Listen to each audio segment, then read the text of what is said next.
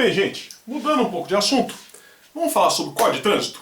Adoro esse assunto, né? Super bacana o Código de Trânsito, que tem tudo a ver com o nosso cotidiano, todos nós aqui participamos do trânsito, né? Acho que a grande maioria como motorista e todo mundo como pedestre, né? Às vezes como usuário de transporte público. Então a gente fala aqui de questões que são muito importantes, muito relevantes, né, para a nossa vida cotidiana. Então, gente, veja. Primeira observação que a gente tem que fazer aqui, né, importantíssima.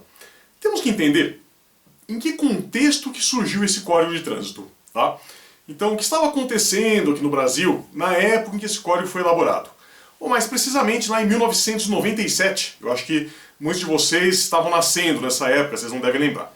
Eu, como já sou meio velho, eu lembro, né? Então, em 1997, eu estava no primeiro ano da faculdade. Vejam vocês que tristeza, né? Como eu já era velho naquela época. Mas, enfim, né? O Código de Trânsito, gente, ele veio com a seguinte proposta, que era uma legislação muito rigorosa, que veio para acabar com essa palhaçada, né, de mortes no trânsito e esses motoristas irresponsáveis, e que ia punir todo mundo, e que ia multar todo mundo, que teríamos uma legislação ultramoderna de primeiro mundo aqui no Brasil. Tá? Essa, pelo menos, foi a promessa que nos foi feita.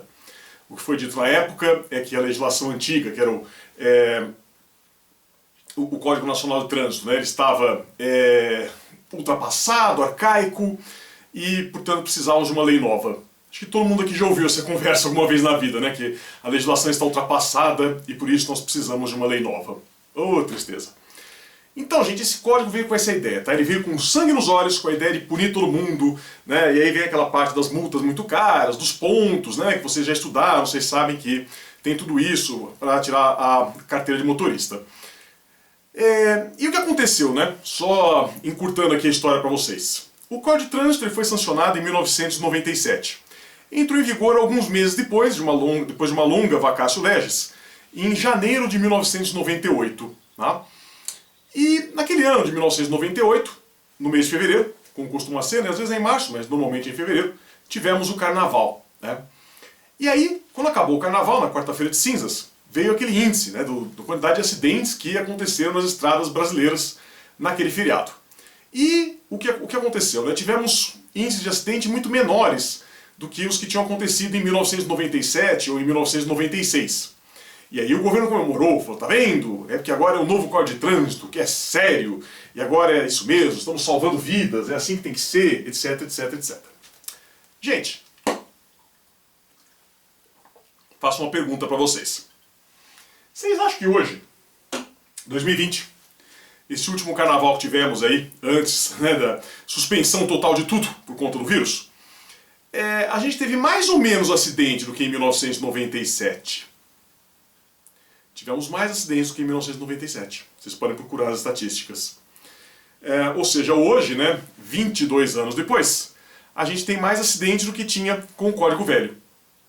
Se vocês perguntarem para o seu tio dentista, ele vai falar, mas é claro, né, porque essa legislação está ultrapassada, 22 anos é muito tempo, tem que fazer um código novo, aumentando as penas, prevendo multas mais caras e tudo mais. É uma forma de se encarar. Eu, pessoalmente, elas não só eu, a maior parte dos penalistas, vê a questão de outra forma. É aquela história, gente. O que vai inibir, o que vai prevenir, o que vai evitar a prática de crime, não é tanto a pena ser alta, mas muito mais a certeza da punição. Então aquela ideia que tem que ter, que o cara sabe que se ele fizer alguma coisa errada, muito provavelmente ele será punido. Essa que é a ideia. Ele será punido porque está fazendo coisa errada. Então, foi isso que não deu certo no Código de Trânsito. Porque no primeiro ano, gente, lá em 1998, eu me lembro disso, eu já era motorista.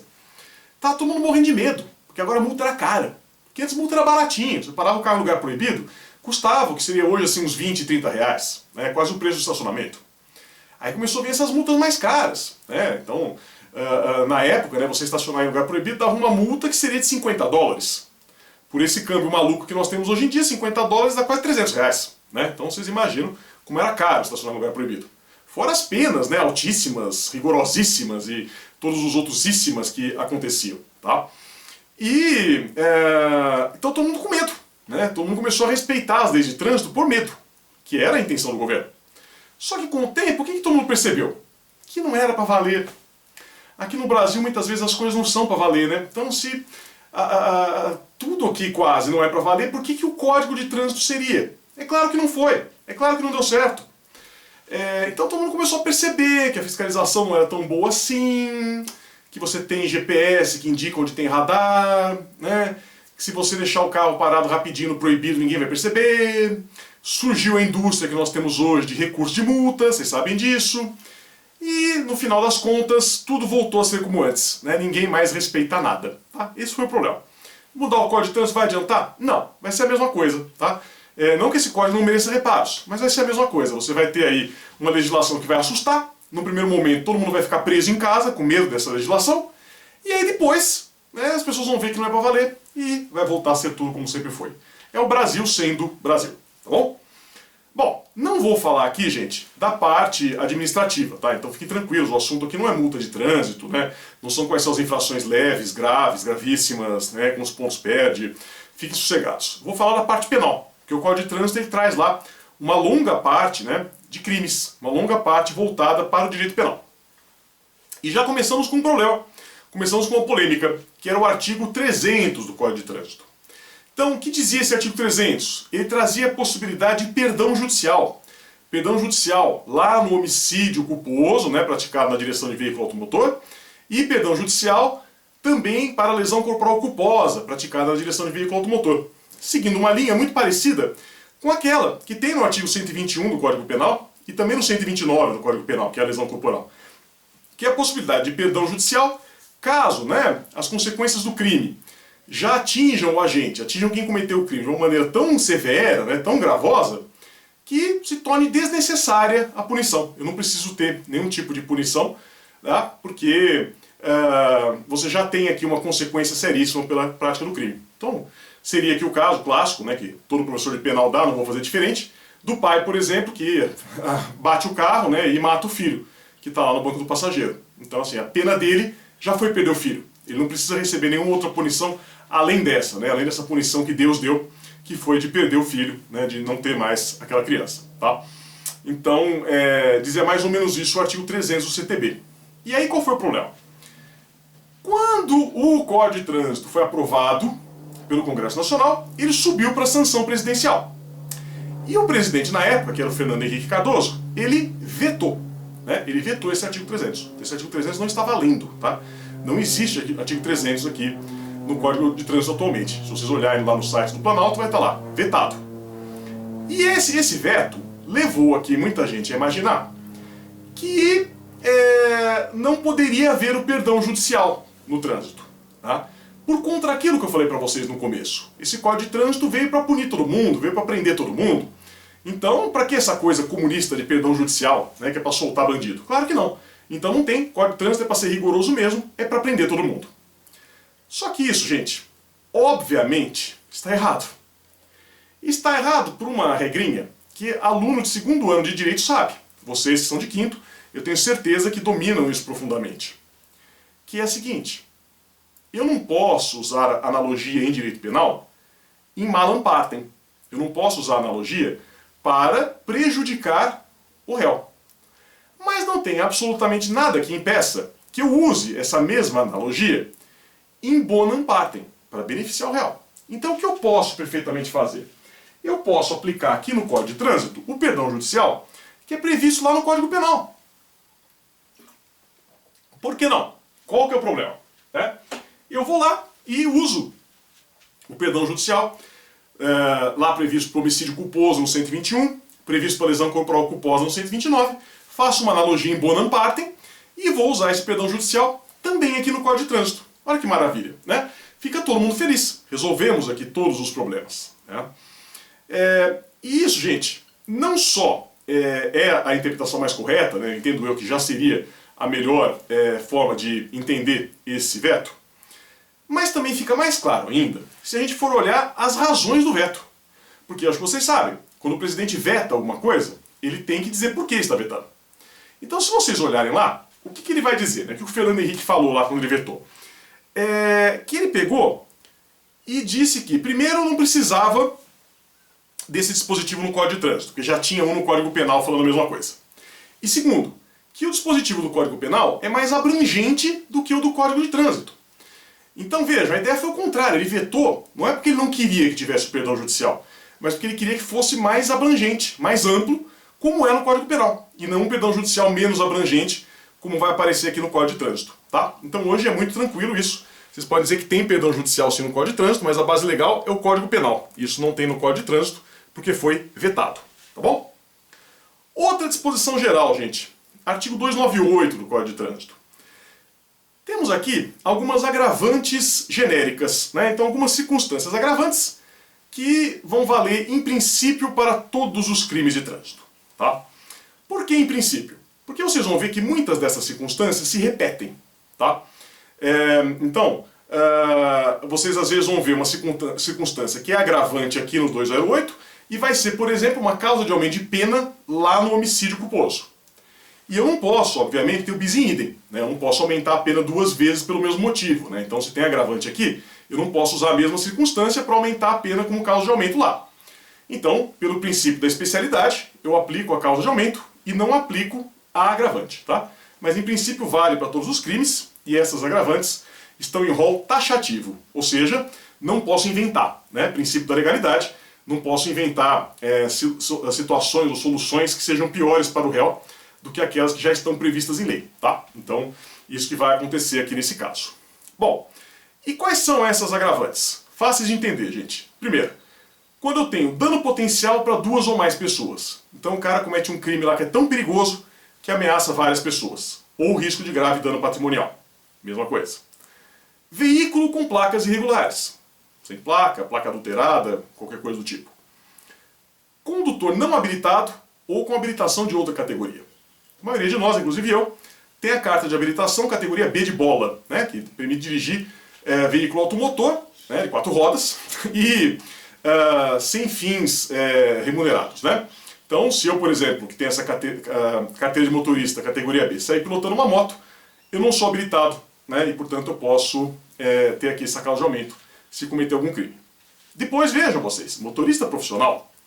Então, o motorista profissional também tem pena maior. Isso aparece várias vezes aqui no Código de Trânsito. Porque, em tese, né, o motorista profissional deveria ser mais cuidadoso do que o amador. Muito embora a gente saiba, né, que muitas vezes os motoristas profissionais, por estresse, né, por outras razões, acabam não sendo tão cuidadosos assim, e às vezes você, amador, toma mais cuidado no trânsito do que ele. Tá? Veículo modificado sem autorização. Vocês sabem que algumas modificações você pode fazer no veículo, né, colocar kit gás, rebaixar, mas precisa ter autorização. Então, uma modificação que não é permitida, né, ou que foi feita sem seguir o trâmite legal. E também se o crime for cometido sobre a faixa de pedestres. Faixa de pedestre é praticamente um adorno na rua, né? Então é uma coisa que não serve para nada. É só bonitinho, só é lá que legal, tem faixa de pedestre. Mas na realidade, né, ninguém respeita aquilo para nada. Então uma das poucas funções que vai ter na prática é essa. Atropelou em cima da faixa de pedestre? Aumenta a pena, tá? Basicamente isso. Bom, vistas essas agravantes, agora nesse momento é interessante que nós falemos sobre os crimes que são previstos aqui. Então, quais crimes, né, que existem no Código de Trânsito? O primeiro deles é o homicídio culposo, né, homicídio culposo na direção de veículo automotor, que já começa aqui, né, eu já começo a tacar a lenha aqui no legislador, porque ele usa uma péssima técnica legislativa, né, porque homicídio culposo é o que, né, gente, que deveria estar escrito no tipo penal, na descrição da conduta, tinha que estar escrito matar alguém por imperícia, imprudência ou negligência. É isso, matar alguém por culpa. Algo nesse sentido. O que ele escreve? Praticar homicídio culposo. Ou seja, o nome iuris do crime acaba virando a descrição da conduta. Tá? O que está muito errado. Né? A rigor, a gente poderia dizer até que isso aqui afeta, né, o princípio da legalidade. Num crime, nula pena se elege. Por quê? Se eu não estou dizendo aqui no tipo penal exatamente qual que é a conduta proibida, eu estou desrespeitando essa obrigatoriedade da gente ter uma determinação legal, né, do que pode e que não pode ser feito. Então, complicado isso. Mas, está assim já faz 22 anos, né, acredito que continuará. Só quero que vocês saibam que está errado. Pior ainda, o professor Damásio, que vem e fala o seguinte, que nesse caso aqui haveria um crime remetido. Quando fala crime remetido, eu penso, será que é um crime que alguém manda pelo correio? Você manda uma bomba pelo correio, é um crime remetido? Ou aquele que tinha nos Estados Unidos, lá de mandar aquele antrax pelo correio? É um crime remetido? Não. Segundo o professor Damasio, o crime remetido seria esse aqui. Porque quando você vê lá, praticar homicídio culposo na direção de veículo automotor, essa palavra homicídio culposo está nos remetendo ao Código Penal. Então você precisa pegar o Código Penal e olhar lá o que é, e aí você descobre. Enfim. Gente, algumas observações aqui importantes a respeito do homicídio culposo. Né? Porque o que é matar alguém por culpa, vocês já sabem, né? Não preciso explicar. Então, problemas. Primeiro, embriaguez. Então, situação, infelizmente, muito comum. O cara que vai lá, toma todas, né? E acaba matando alguém, acaba fazendo alguma coisa errada no trânsito, né? Fica absorvida, tá? Porque embriaguez, que é o famoso crime da lei seca, que a gente vai tratar na sequência, é um crime de perigo.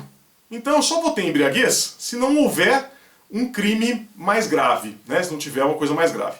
Tendo homicídio, a embriaguez fica absorvida, não tem concurso de crimes, não é concurso formal, não é concurso material, vai ser só homicídio culposo mesmo, que já tem uma pena bem rigorosa, tá? Bom, outra coisa importante, né, falando aqui de embriaguez. Veja, muito cuidado com o que vocês veem na TV, porque às vezes o que você vai ver? Aquelas coisas do tipo assim, não foi acidente, embriaguez ao volante é dolo. Então se o cara bebeu e dirigiu, ele necessariamente, ele obrigatoriamente estava com dolo eventual. Pronto, né? E assim vai ser. É o que eu sempre falo, né, gente? O papel aceita qualquer coisa. Então se você escrever no papel, né, que embriaguez é dolo eventual, vai ficar escrito lá. Mas não quer dizer que seja, né? Embriaguez não passa a ser dolo eventual só porque você escreveu o que é.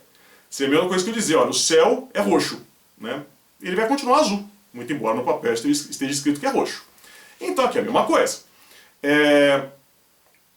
Não é necessariamente dolo eventual. Qual que é a solução mais correta, né? É dizer que, às vezes, de vez em quando, eventualmente, vai ser dolo eventual. Aí tudo bem, né? Porque nada impede que eu tenha aí um homicídio culposo praticado por pessoa embriagada, né, que seja realmente dolo eventual. Mas eu não posso pegar e entender que necessariamente, todas as vezes que eu tenho um homicídio culposo com pessoa embriagada é dolo eventual. Porque direito não é assim, não é matemática, né? Eu não tenho uma solução pré-determinada, uma solução fechada. Então, se isso, então aquilo, sempre, e não se discute, né? Vai ser essa a solução que a gente vai encontrar em todos os casos. Obviamente, não pode ser dessa maneira. Então, a gente não deve fazer assim. E assim, uma coisa que resolve a questão, que eu vou tratar com vocês daqui a pouquinho, é uma modificação que tivemos aqui, que é até mais ou menos recente, né? Então, a gente teve aqui, se vocês olharem um pouco mais para baixo aqui, uma forma qualificada, né? Que vai dizer o seguinte, quando eu tenho aqui, né, o homicídio culposo praticado por agente embriagado. Então o parágrafo 2º vai dizer expressamente que isso é culpa, ou pode ser culpa, vocês percebem? Então aí você resolve dois problemas, né? Esse parágrafo 2º ele foi muito bom, porque ele resolve dois problemas. Primeiro, acaba com essa história de que embriaguez é necessariamente dolo eventual, porque isso está errado. E, segunda questão que resolve, também não gera margem aquela discussão que eu disse para vocês agora há pouco. Então eu não vou entender que se a pessoa está embriagada, poderia haver dois crimes, né? O do embriaguez, lá da lei seca, e também o homicídio culposo. Não, porque eu já tenho aqui uma forma qualificada para a pessoa que está embriagada. Então eu não posso qualificar aqui, né, e depois também punir de novo pela embriaguez lá. Porque seria o bis in idem, percebam isso. Não pode. Então, dessa maneira, a gente fica assim, né? Absorve a embriaguez, e embriaguez não é necessariamente dolo eventual. Né? Aliás, vou dizer que normalmente não é. Normalmente é culpa. Mas nada impede que seja eventualmente dolo eventual. Tá? Importante que a gente fale aqui um pouquinho sobre isso. Tá? Por outro lado, né? Quando eu tenho aqui o racha, que é aquela competição automobilística não autorizada, é mais comum que tenha o reconhecimento do dolo eventual. Tem até jurisprudência, né, dizendo que racha é dolo eventual. Eu de novo vou dizer, eu acho que depende do caso. Racha pode ser dolo eventual, claro que pode, por que não? Mas não necessariamente, né, eu acho um pouco temerário a gente pegar e falar, olha, é dolo eventual e pronto, né, cumpra-se. Então, melhor deixar aberto para discussão, no caso concreto. Porque imagine vocês, se você vai lá e tira um racha, e do seu lado, no banco de passageiro do carro, está o seu melhor amigo, que você ama de paixão. Literalmente, tá? Não estou sendo irônico. Ou está sua namorada que você ama de paixão. E aí bate o carro, a pessoa morre. Foi dolo eventual? Será que você foi lá, apertou a tecla prejudique-se e falou se a pessoa morreu ou não? Eu não estou nem aí, né? Se meu melhor amigo vai morrer, se a minha namorada vai morrer, para mim tanto faz. Até pode ser, né? Existem amigos da onça, existem namoradas e namorados que não são muito legais, enfim. Mas, normalmente não, né? Então, é isso que eu queria deixar aqui para reflexão de vocês, tá bom? Gente, o parágrafo primeiro do mesmo artigo 302, que prevê que o homicídio culposo, ele traz aqui algumas causas de aumento de pena, que aí vocês vão ver que quase todas batem com aquelas agravantes genéricas que eu mencionei para vocês agora há pouco. Então, a primeira que vai aparecer aqui é condutor não habilitado, tá? Então, portanto, vai aplicar essa aqui e não a agravante genérica. Depois, de novo, sobre a faixa de pedestres, também já tem nos dois, aplica aqui. E aqui ainda aumenta, né? Calçada. Depois, omissão de socorro. Então, eu vou lá, mato a pessoa e ainda não socorro, tá? Isso, obviamente, afasta o crime de omissão de socorro. Tanto a omissão de socorro lá do 135 do Código Penal, como também a omissão de socorro que vai aparecer aqui, né? No Código de Trânsito, que a gente vai ver oportunamente, tá bom? Depois, a gente fala aqui motorista profissional que trabalha no transporte de passageiros. Então, cuidado, tá? Porque eu tenho motoristas profissionais, né, que trabalham no transporte de carga. Se eu estiver falando desse motorista profissional que trabalha no transporte de carga, não aplica esse aqui, mas em compensação eu posso aplicar a agravante genérica do motorista profissional, tá? Então, fiquem atentos aqui com isso, né? E vejam, né, que no que diz respeito ao transporte de passageiros, motorista de ônibus, por exemplo, vai ter o aumento de pena, mesmo que não tenha nenhum passageiro no ônibus naquele momento, tá? Basta que ele seja motorista profissional e esteja aqui no exercício das suas funções, obviamente, né? Depois, a gente vai ter aqui a forma qualificada, que eu já tinha dito, trazida pelo parágrafo 2º, que vai ser quando o agente conduz o veículo automotor sob influência do álcool ou de outra substância, né, que provoca o mesmo efeito. Aí vai ter uma pena que é bem maior, tá bom? Então, sobre homicídio culposo, é isso que eu tinha para falar para vocês. Estamos indo aqui rapidinho, que são vários crimes, né, várias coisas importantes para vocês verem. O próximo crime, que vai aparecer aqui no 304, é a lesão corporal culposa. Então, gente, de um modo geral, é a mesma coisa, tá? Então, vocês podem até escrever que tudo que eu falei para o homicídio culposo vale para a lesão corporal culposa. Né? Então, a mesma crítica, né, se vocês olharem lá o tipo penal, de novo vai estar escrito lá, né, praticar a lesão corporal culposa na direção de veículo automotor, que é lá uma coisa que eu acho que está errada e que o Damaso chamou de crime remetido, tá? As causas de aumento são as mesmas, as discussões são as mesmas, então não tem muita discussão aqui a esse respeito, né? Perdão judicial, já falei para vocês que pode, né, tanto aqui quanto lá no homicídio, então acho que não tem aqui muito assunto a esse respeito. Mais importante vai ser a gente conversar agora um pouquinho sobre a problemática da omissão de socorro, tá? Então, eu falei para vocês, né, que existe um crime de omissão de socorro aqui no Código de Trânsito, que não se confunde com aquela omissão de socorro lá do artigo 135 do Código Penal, que vocês já estudaram. Então, vamos separar muito bem, vamos entender quando que eu tenho a omissão de socorro do artigo 135 e quando que eu tenho essa aqui. Então, essa aqui é muito fácil, gente. Quem que é a única pessoa que pode praticar essa omissão de socorro no Código de Trânsito? É o condutor do veículo envolvido no acidente sem culpa, tá? Então, primeiro requisito, tem que ser motorista, porque se não é motorista não está sujeito ao Código de Trânsito. E segundo requisito, tem que estar envolvido no acidente. Só que não pode ser o culpado. Ele não pode ser o culpado pelo acidente. Se ele for o culpado pelo acidente, daí não vai se aplicar isso aqui, pela razão que vocês já perceberam. Porque eu falei agora há pouco que uma das causas de aumento que tem lá no homicídio culposo, né, na lesão corporal culposa praticada na direção de veículo automotor, se dá justamente quando tem omissão de socorro. Então vai aplicar lá, vocês percebem?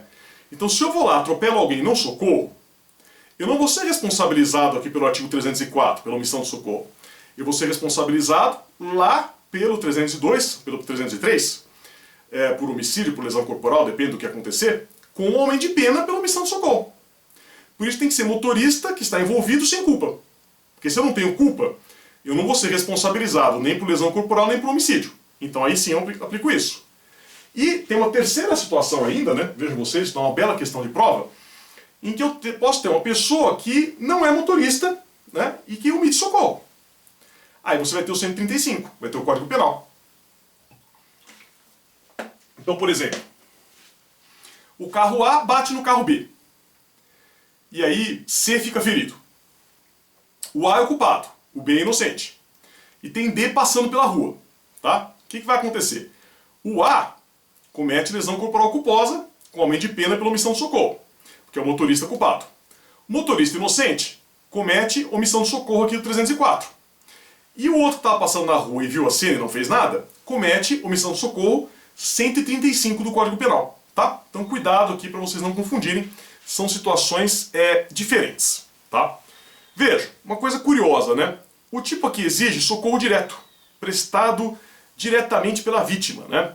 E mais do que isso, traz uma disposição interessante, né? Diz que continua tendo crime se terceiro suprir a omissão ou quando você tiver uma lesão muito leve ou morte instantânea, tá? Então se tem outra pessoa socorrendo, eu tenho que ir lá dar um murro na cara da outra pessoa e falar, vou socorrer, porque senão cometo crime.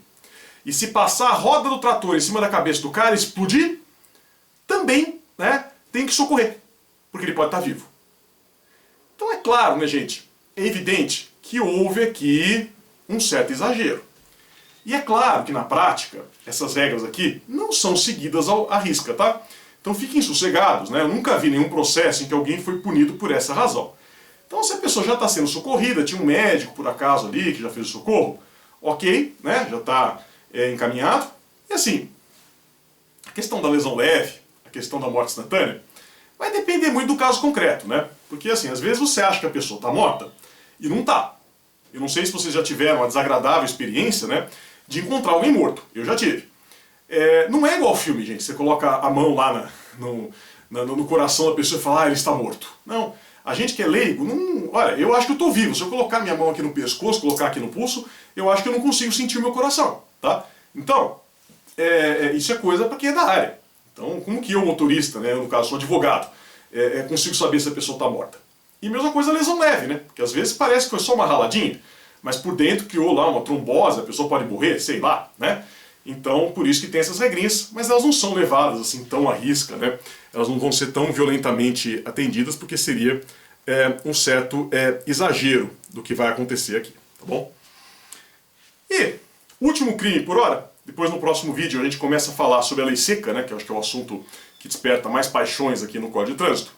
Vamos falar duas palavrinhas sobre o artigo 305, que é a fuga do local do acidente, né? Então, é uma fuga com uma finalidade específica de fugir da responsabilidade penal ou civil, né? Então tem que ser por isso, né? Fugir porque você não quer pagar pelo acidente, né? No caso seria uma responsabilidade civil, não quer pagar os danos, ou você quer evitar ser preso, alguma coisa assim, então aí você vai ter essa possibilidade de fuga aqui, né? Isso vai ser crime.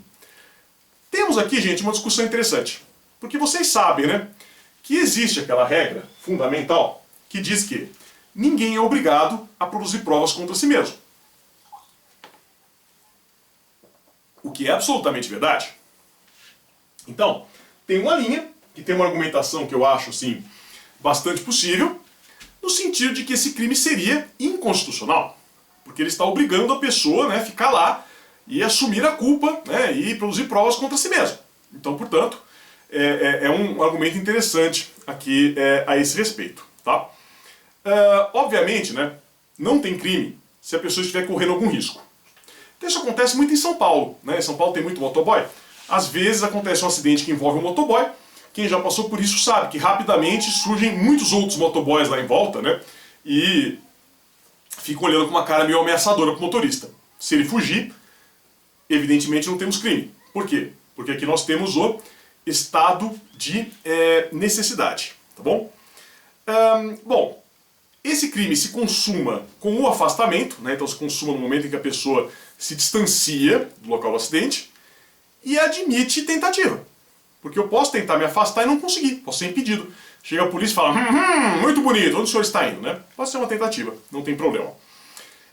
E é um crime que pode acontecer em concurso de crimes, né, com omissão de socorro, que aliás é algo comum até, né? Se tiver alguém aí é ferido, a gente pode ter esse concurso de crimes aqui. Tá bom? É isso, gente. Não percam, na continuação a gente fala sobre lei seca, assunto apaixonante aí que todo mundo gosta. Agradeço e até já.